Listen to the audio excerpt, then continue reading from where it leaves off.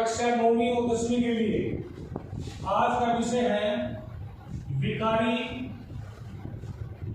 और अविकारी। विकारी और अविकारी, जैसा कि नाम से ही स्पष्ट है, विकार का मतलब होता है परिवर्तन, और अविकार जिसमें परिवर्तन न हो। हिंदी भाषा के अंदर विकारी शब्दों की संख्या 4 है। अविकारी शब्दों की संख्या भी मुख्य रूप से 4 है, लेकिन इसके अंदर अब एक विषय और जोड़ दिया गया है, प्लस निपात।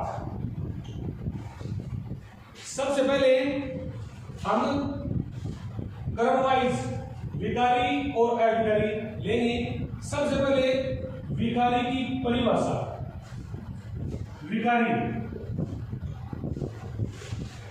वे शब्द जो लिंग, वचन, पुरुष, काल के आधार पर परिवर्तित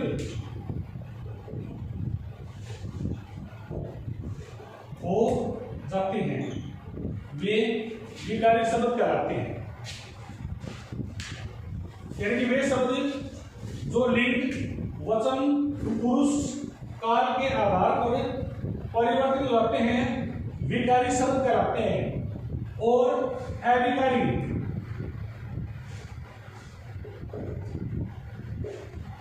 वे शब्द जो लिंग, वचन, पुरुष, काल के आधार पर परिवर्तित नहीं होते, वे अविकारी शब्द कहलाते हैं। यानी कि विकारी और अविकारी जो लिंग, वचन, पुरुष, काल के आधार पर परिवर्तित हो जाएं, विकारी, और इनके आधार पर अगर परिवर्तित नहीं होते हैं तो अविकारी। अब विकारी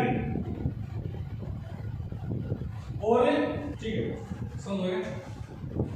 अब देखो विकारी और अविकारी।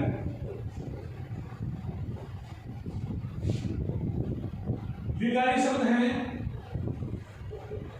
संज्ञा, सर्वनाम, विशेषण और क्रिया। अविकारी शब्द हैं क्रिया विशेषण, समुच्चय बोधक,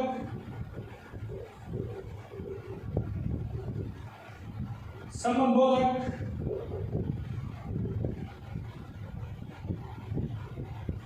क्रिया विशेषण, समुच्चय बोधक, संबंध बोधक, विस्मयादि बोधक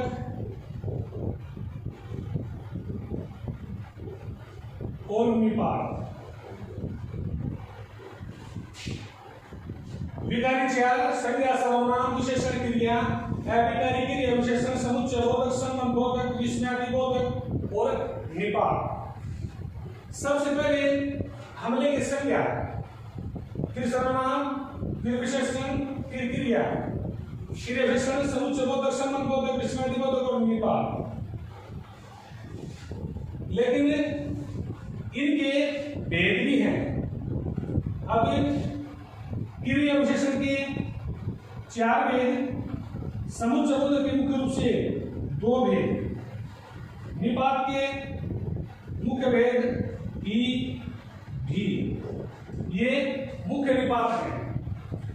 अब 9th और 10th में कई बार आता है कि आपको 2 शब्द, 4 शब्द, 6 शब्द या इससे अधिक भी हो सकते हैं, और पूछ लिए जाते हैं कि विकारी शब्द और अविकारी शब्द का चयन कीजिए। यानी विकारी शब्द कौन से हैं और अविकारी शब्द कौन से हैं। इनमें से अगर फिर भी समझ नहीं आए तो इसका एक तरीका है, आपको जो शब्द विकारी कौन सा और अविकारी कौन सा, अगर इसका चयन करना है तो सबसे पहले शब्द को पहचानो। अगर आपको वो शब्द संज्ञा लगता है तो उसका मतलब विकारी है वो। अगर वही शब्द आपको लगता है समुच्चय बोधक है तो वो अविकारी है। सबसे पहले संज्ञा, वे शब्द जो किसी विशेष व्यक्ति, स्थान आदि का बोध कराएं। सर्वनाम, वे शब्द जो संज्ञा के स्थान पर प्रयुक्त होते हैं। विशेषण, वे शब्द जो संज्ञा और सर्वनाम की विशेषता को बताते हैं। और क्रिया, जिसमें किसी काम, वाक्य में जिस काम का होना या करना पाया जाए। इसी प्रकार क्रिया विशेषण जो शब्द क्रिया की विशेषता बताए उसे क्रिया विशेषण। समुच्चय बोधक, वे अविकारी शब्द जो दो शब्दों, शब्दांशों, पदों, पदमदों या वाक्यांशों को जोड़ते हैं, समुच्चय बोधक अवयव कहलाते हैं। संबंधोधक, वाक्य में आए वे शब्द जो अन्य प्रकार के शब्दों से अपना संबंध स्थापित करते हैं, संबंधोधक अविकारी शब्द कहलाते हैं। विस्मयादिबोधक, वे अविकारी या अवयव शब्द जो किसी भी व्यक्ति, वस्तु, स्थान आदि के विस्मय, आश्चर्य, घृणा, नफरत आदि के विषय को प्रकट करें। और निपात, निपात शब्द में है जो किसी शब्द के आगे लगकर उसके अर्थ पर बल देते हैं। तो सबसे पहले हमने लिया क्रिया विशेषण। सबसे पहले हम लेंगे क्रिया विशेषण।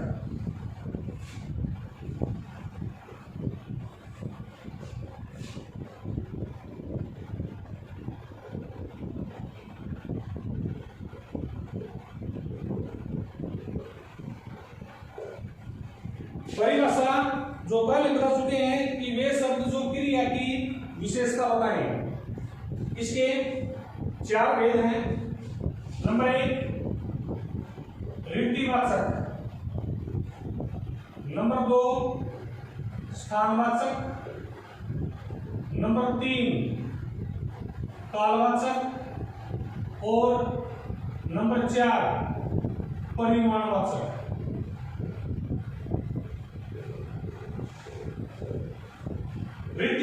रीति का मतलब होता है रिवाज, नियम, ढंग या प्रकार।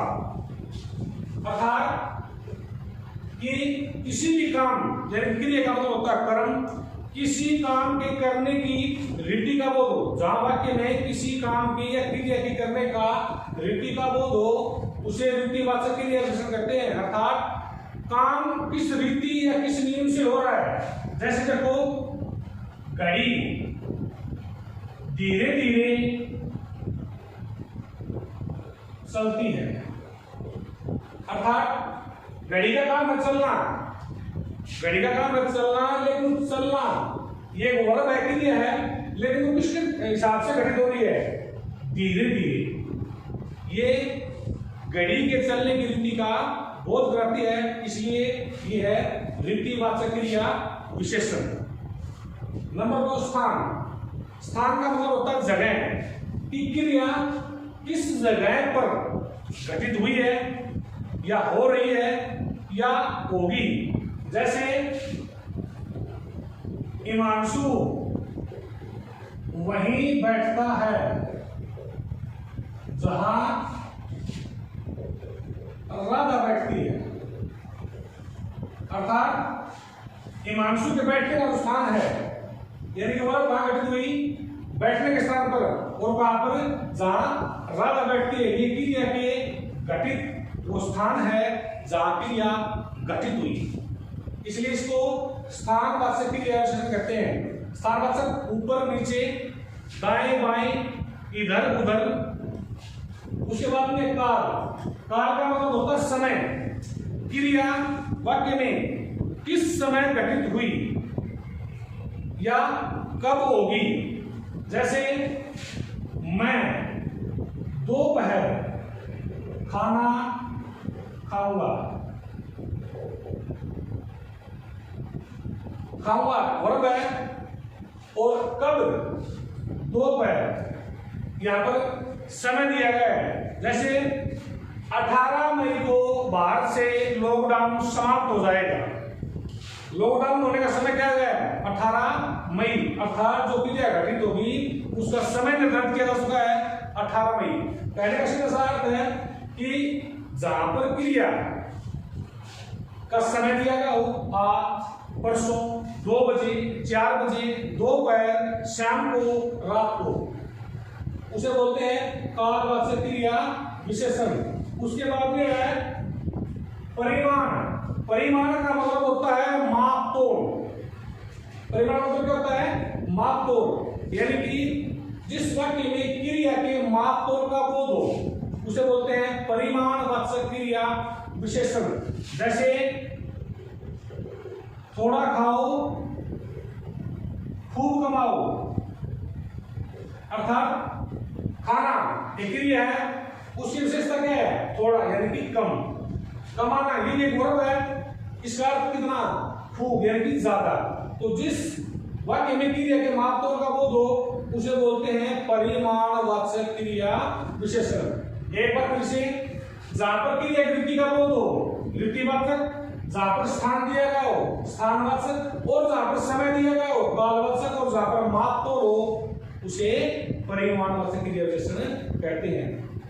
जहां पर वृत्ति, रिवाज, नियम वृत्तिवाचक, जहां स्थान दिया गया हो स्थानवाचक, जहां समय दिया गया हो कालवाचक, और जहां माप तोल हो परिमाणवाचक। ये था हमारा आधिकारिक शब्द का पहला भेद क्रिया विशेषण, और इसके जो 4 भेद हैं वृत्तिवाचक, स्थानवाचक, कालवाचक और परिमाणवाचक। अब देखते हैं नंबर 2 समुच्चय बोधक।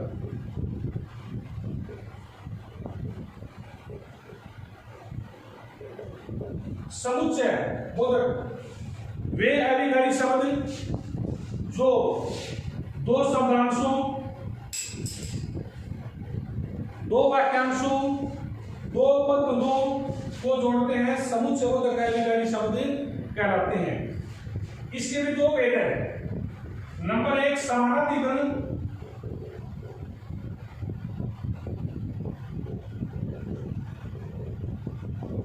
और नंबर 2 व्याधिकरण। सबसे पहले समानाधिकरण वे अधिकारी शब्द जो 2 या 2 से अधिक स्वतंत्र उपवाक्यों को जोड़ते हैं, 2 शब्दांशों को जोड़ते हैं या 2 पदों को जोड़ते हैं। जैसे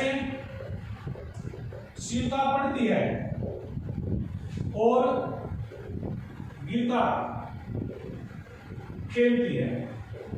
हमारे पास 2 वाक्य हैं, गीता खेलती है और सीता पढ़ती है। इन दोनों वाक्यों को हमने जोड़ दिया है और से, और एक योजक है, और यही हमने परिभाषा में पढ़ा है कि वे अधिकारी शब्द जो 2 पदों, 2 शब्दांशों या 2 वाक्यांशों को जोड़ते हैं वे समानाधिकरण समुच्चय बोधक कहलाते हैं या अधिकारी शब्द कहलाते हैं। नंबर 2 है व्याधिकरण वे अधिकारी शब्द जो आश्रित उपवाक्यों को मुख्य वाक्य के साथ जोड़ते हैं वे समुच्चय बोधक यानी व्याधिकरण समुच्चय बोधक शब्द जो 2 या 2 से अधिक आश्रित उपवाक्यों को मुख्य वाक्य के साथ जोड़ते हैं।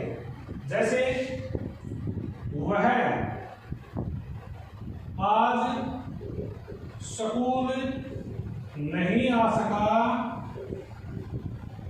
क्योंकि वह बीमार था। वह आज स्कूल नहीं आ सका, ये हमारे पास एक प्रधान या मुख्य वाक्य है। क्योंकि वह बीमार था, ये हमारे पास आश्रित है।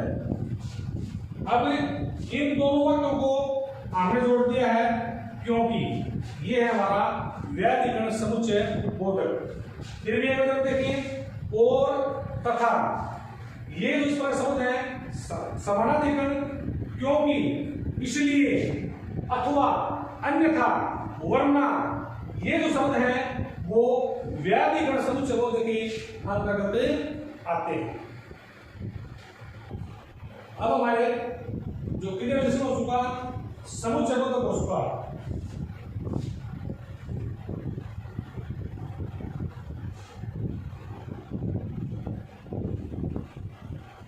अब नंबर 3 संबंधबोधक अधिकारी शब्द वे शब्द जो वाक्य में आए अन्य शब्दों के साथ अपना संबंध रखते हैं उसे संबंधबोधक अधिकारी शब्द कहते हैं। जैसे मेरा घर मंदिर के पीछे है, यह बैग मोहन का है। इसमें देखो मेरा घर मंदिर के पीछे है, यहां पर संबंध है मंदिर और घर का, यहां पर संबंध है बैग और मोहन का। ये दोनों चीज मंदिर के साथ घर या घर के साथ मंदिर, बैग के साथ मोहन या मोहन के साथ बैग, ये आपस में जुड़े हुए हैं। इसको बोलते हैं संबंधबोधक अधिकारी शब्द। नंबर 4 है हमारा विस्मयादिबोधक।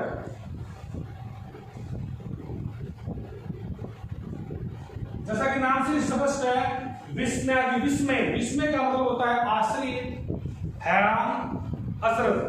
वे अधिकारी शब्द जो किसी भी मनुष्य के या वस्तु के विषय में आश्चर्य उत्पन्न करे, और आश्चर्य प्रसन्नता का भी हो सकता है, शोक का हो सकता है, घृणा का भी हो सकता है, नफरत का भी हो सकता है। विस्मयादिबोधक की पहचान है शब्द के आगे ये डंडा और ये जो बिंदी है इस प्रकार से लगाए जाते हैं। पहचान होती है बच्चों के लिए जो थोड़े से अलग बुद्धि के हैं, कम बुद्धि के हैं। यानी कि जहां जिस शब्द के आगे ये चिन्ह अगर दर्शाया गया है तो समझो वो विस्मयादिबोधक है। वाह कितना सुंदर दृश्य है, अर्थात ये विस्मयादिबोधक का एक उदाहरण है। लेकिन विस्मय देखो कौन सा है, क्या ये खुशी का है या घृणा का है या नफरत का है? ये एक सुंदरता के विषय में कहा गया है, कितना सुंदर है। और इस प्रकार के दृश्य को देखते हैं तो वास्तव में हमें खुशी मिलती है, इसलिए ये हर्ष सूचक विस्मयादिबोधक है। उसी प्रकार शाबाश,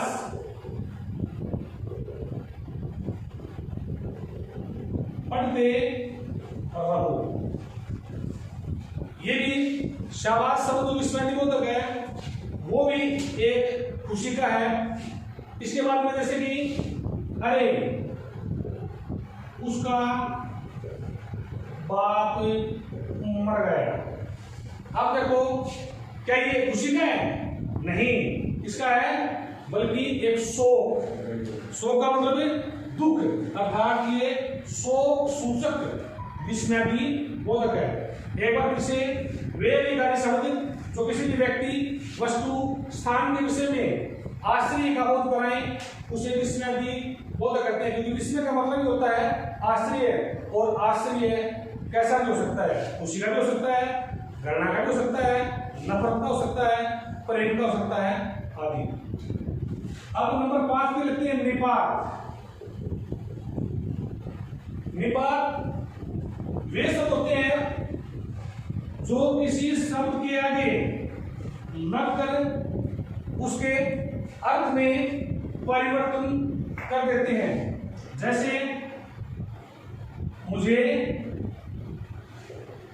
पिताजी ने 500 रुपए दिए, मुझे पिताजी ने ही 500 रुपए दिए। ये एक निपात है, और ये जो पिताजी के ऊपर बल देता है। अब ऐसे इसका हम रूपांतरण करेंगे तो पूर्ण रूप से ये स्पष्ट हो जाएगा कि निपात वास्तव में है क्या। अब देखो इसी वाक्य को देखते हैं, मुझे पिताजी ने 500 रुपए ही दिए, मुझे ही पिताजी ने 500 रुपए दिए।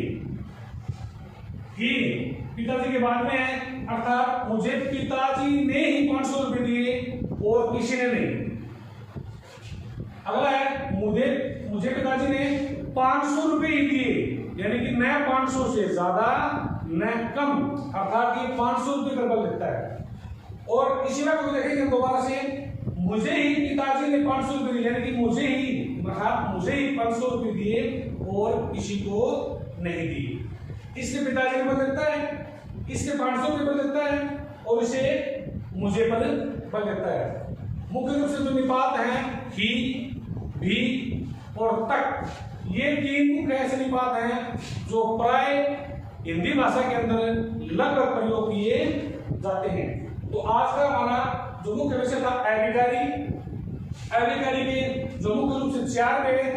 सबसे पहले हमारा भेद था क्रिया विशेषण, दूसरा भेद था हमारा समुच्चय बोधक, तीसरा था संबंध बोधक, और उसके बाद में था विस्मयादि बोधक, और उसके बाद में था निपात। इसके 4 भेद थे, ऋद्धिवाचक, कालवाचक, स्थानवाचक, परिमाणवाचक। समुच्चय बोधक के 2 भेद थे, समानाधिकरण और व्याधिकरण। विस्मयादि बोधक ये मैंने जो बताया था वो किसी पर आधारित हो सकता है, हर्ष पर, शोक पर, खुशी पर, घृणा पर, नफरत पर, प्रेम पर। और निपात ही, भी और तक। अब एक बात तो दिखने में बड़ी आसान है, लेकिन कई बच्चे है और वह को गलत लिखते हैं। कभी भी देखना, जब इनका स्वतंत्र उपयोग होता है तो कभी भी है को छोटी की मात्रा नहीं लगती और नहीं कभी वह को छोटी की मात्रा नहीं लगती। लेकिन बहुत से बच्चे ऐसे हैं जो ए को छोटी की मात्रा लगाते हैं और वह को छोटी ई की मात्रा लगाते हैं। हाँ, इनसे कोई भी शब्द आरंभ हो सकता है, लेकिन जब इनका हम स्वतंत्र रूप से प्रयोग करेंगे तो कभी भी है और वह, इन दोनों को छोटे ई की मात्रा नहीं लगती। लगती कब है? जब ये अलग से प्रयोग होते हैं। जैसे हिमालय छोटे की लगेगी, भिखारी छोटे की लगेगी। लेकिन बीच में कभी भी ही और भी का प्रयोग करते हैं तो कभी छोटे ई की ए को और छोटे ई की वे को कभी भी नहीं लगता।